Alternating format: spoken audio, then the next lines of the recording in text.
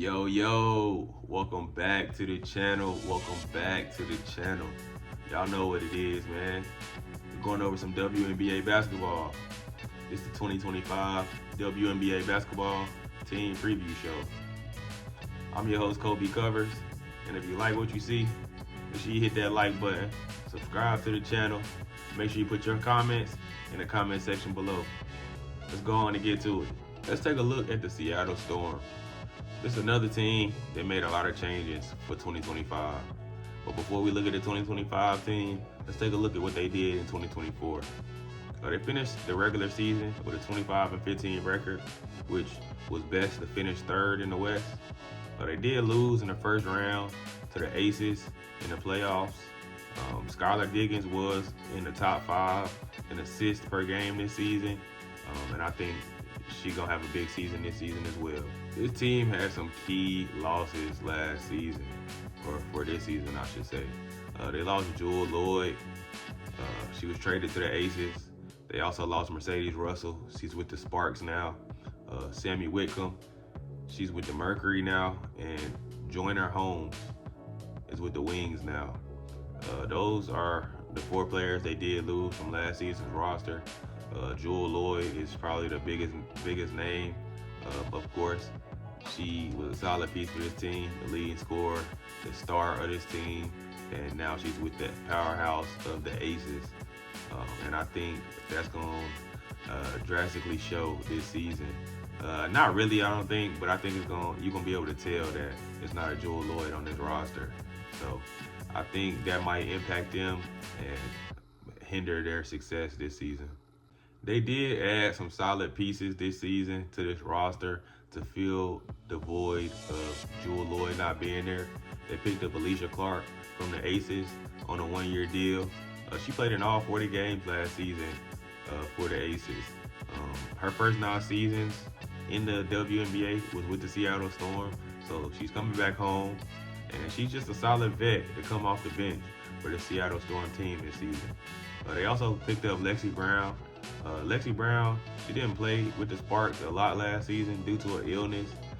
She is a solid defensive player, and she's a player that will be able to back up Skylar Diggins and give Skylar Diggins a break when needed. They also got Lee Rue from the Sparks. It's just a solid big to come off the bench behind Ezzy. She's going to give you good minutes. She's not really a scoring big, but she's going to be able to be a presence down there and create some good solid post defense. They got Erica Wheeler from the Fever. Erica Wheeler did not play a lot with the Fever due to them having Kelsey Mitchell and Caitlin Clark, but I think she's going to play a big time role with the Seattle Storm team.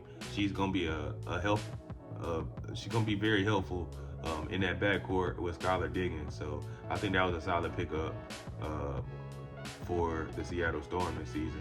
And then they got Zaya Cook, who is definitely a good player to come off the bench, good role player. She handles the ball very well. She gives good energy off the bench. And she can get to the rack, man. She take care of the ball, and she's able to get her teammates involved. So I expect her to come over to this Storm team and have a solid season. Katie Lou Samuelson also came from the Fever. She didn't play a lot with that Fever group, but I think she'll be able to get a lot of minutes off the bench with this Seattle Storm team this season. The Storm were able to secure the number 2 overall pick in the draft in a 3-team trade with the Aces and the Sparks.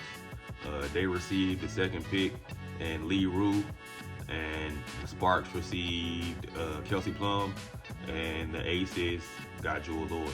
So with that, they were able to secure the 2nd overall pick, and I think they did a great job with this pickup. They picked up Dominique Malonga. She is from France, and she's only 19 years old, but she is a baller. She's 6'6", and she can do everything on offense. She can score, she can shoot the ball, she can get to the rack, she can handle the ball. This is going to be a solid player for the Storm to build around for the future. So I think she's the future of this franchise. You got players like Skylar Diggins Smith, or I shouldn't say that anymore. She's Skylar Diggins now.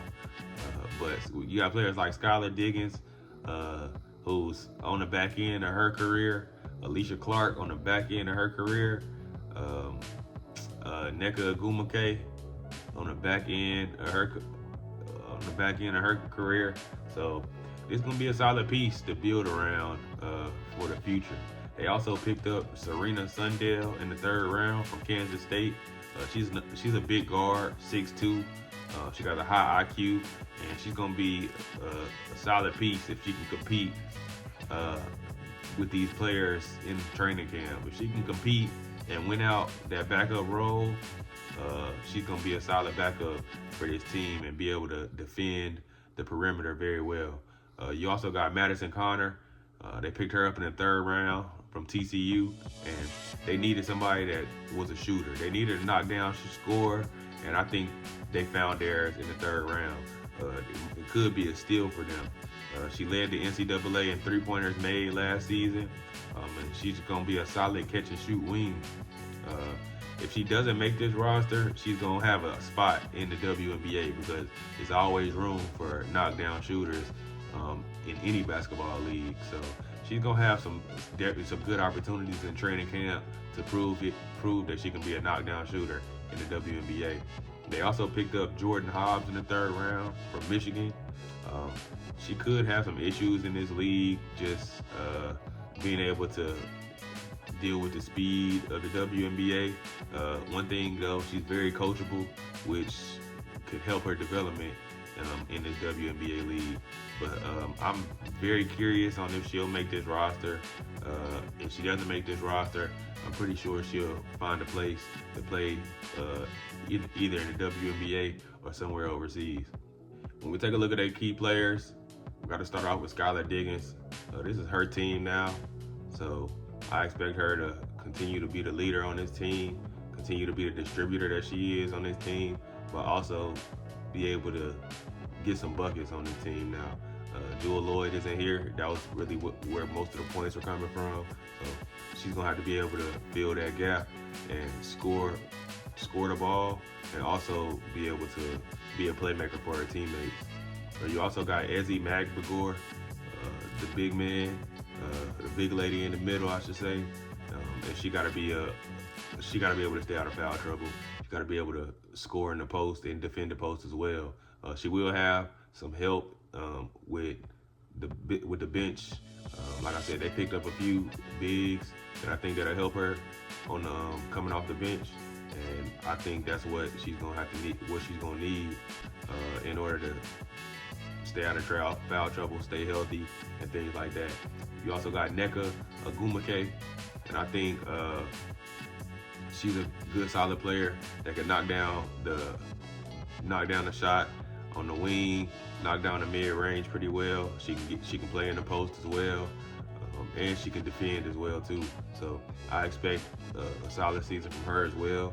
And I think Erica Wheeler will be a good pickup for this Seattle Storm team, because she didn't get a lot of playing time last year, but being in the backcourt with Skylar Diggins and being with a playmaker in Skylar Diggins is going to be able to help her be able to either distribute the ball or be able to get to the rim and score or knock down shots as well.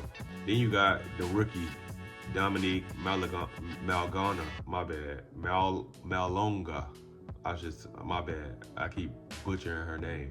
But yeah, you got her, who's gonna be the franchise player in a couple years. So she's gonna be able to come in and give solid minutes. Like I said, she's only 19, so she's young. So she's got a lot to learn, but her skill set is very high right now, and her IQ is high, and she's gonna be able to be a day one impact player on this Seattle Storm team. I do expect them to be competitive in this Western Conference. Like I said, they still got a majority of their core back with Skylar Diggins, Ezi, Nneka, Gabby Williams. So they still got players that can definitely contribute to this team, and they got veterans on this team that know how to win. Picking up Alicia Clark is going to help as well coming off the bench. So I do expect them to be able to win some games. They have a possibility of being able to make the playoffs, but like I said, the Western Conference is definitely deep this season. So teams gonna have to play very, very hard in the West to be able to make it to that playoff. It's gonna be a sneaky team to watch this season. So I'm very excited to see them, and I'm very excited to see the rookie play. It's everybody's high on her this season. Like I said, she's not the second. She wasn't the second overall pick for no reason. So she's definitely got to be a day one impact player. So I'm very excited to watch this Seattle Storm team. But I'm very curious on what to expect from them as well. And that's my breakdown of the 2025 Seattle Storm. Like I said, they did lose a key scoring option on this roster in Jewel Lloyd. So we got to see how this team is going to be able to fill that void. I think they'll be able to do it, but we got to wait and see. As always, I appreciate y'all guys tuning in. Make sure y'all hit that like button, subscribe to the channel, and leave your comments in the comment section below. Also, I'm still betting on MLB and NBA playoffs. And if you want to see every bet that I'm taking for free, make sure you look in that description box below. Click that description, click that Telegram link, I should say, and make sure you join that free Telegram group. Every pick I place is going to be placed in that group, so you don't want to miss out. Again, appreciate y'all tuning in. Make sure y'all betting responsibly, but always stay risky. We'll see y'all on the next one. Peace.